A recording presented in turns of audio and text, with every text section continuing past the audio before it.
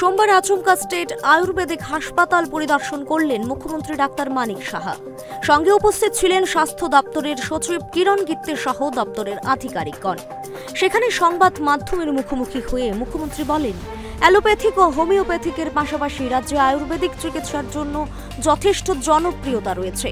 তাই এই স্বাস্থ্য পরিষেবাকে আরও জনমুখী করে তোলার লক্ষ্যে এদিন রাজ্যের প্রধান আয়ুর্বেদিক হাসপাতাল পরিদর্শন করে স্বাস্থ্যকর্মী এবং আধিকারিকদের প্রয়োজনীয় নির্দেশ প্রদান করেন। পাশাপাশি আয়ুর্বেদিক হাসপাতালের যাবতীয় পরিস্থিতি খতিয়ে দেখেন। মুখ্যমন্ত্রী আরও বলেন, ত্রিপুরা স্টেট আয়ুর্বেদিক হাসপাতালে স্বাস্থ্য পরিষেবা নিতে প্রচুর রোগী আসেন।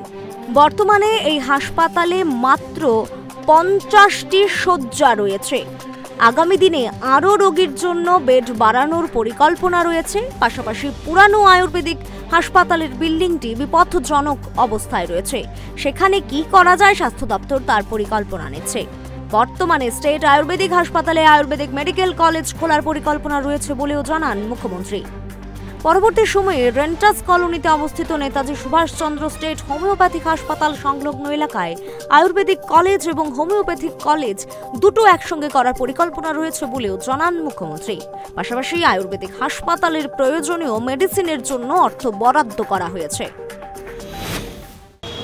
স্টেট আয়ুর্বেদিক হসপিটাল সম্পর্কে মানুষের অনেক বেশি এক্সপেকটেশন আছে এবং প্রচুর পরিমাণে পেশেন্ট আসছে এখানে। যা দেখলাম এখানে ওপিডি পেশেন্টও প্রচুর, আইপিডি এখানে 50টা বেডের ব্যবস্থা আছে, কিন্তু তার থেকেও বেশি পেশেন্ট আসছে।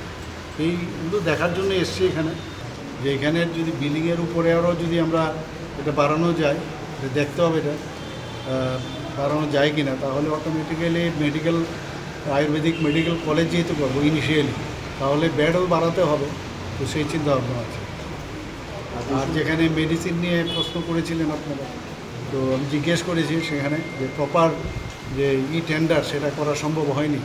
তো ইমিডিয়েট 2 মাসের জন্য একটা ফান্ড দেওয়ার কথা বলা হয়েছে এবং সেক্রেটারি মহোদয় আমাকে বললেন যে অলরেডি একটা ইমিডিয়েটলি একটা ফান্ড দেওয়া হয়েছে, যাতে টেন্ডার কল করার আগে ওই মাঝখানে যেন গ্যাপ না যায় সেই ব্যবস্থা করেছে।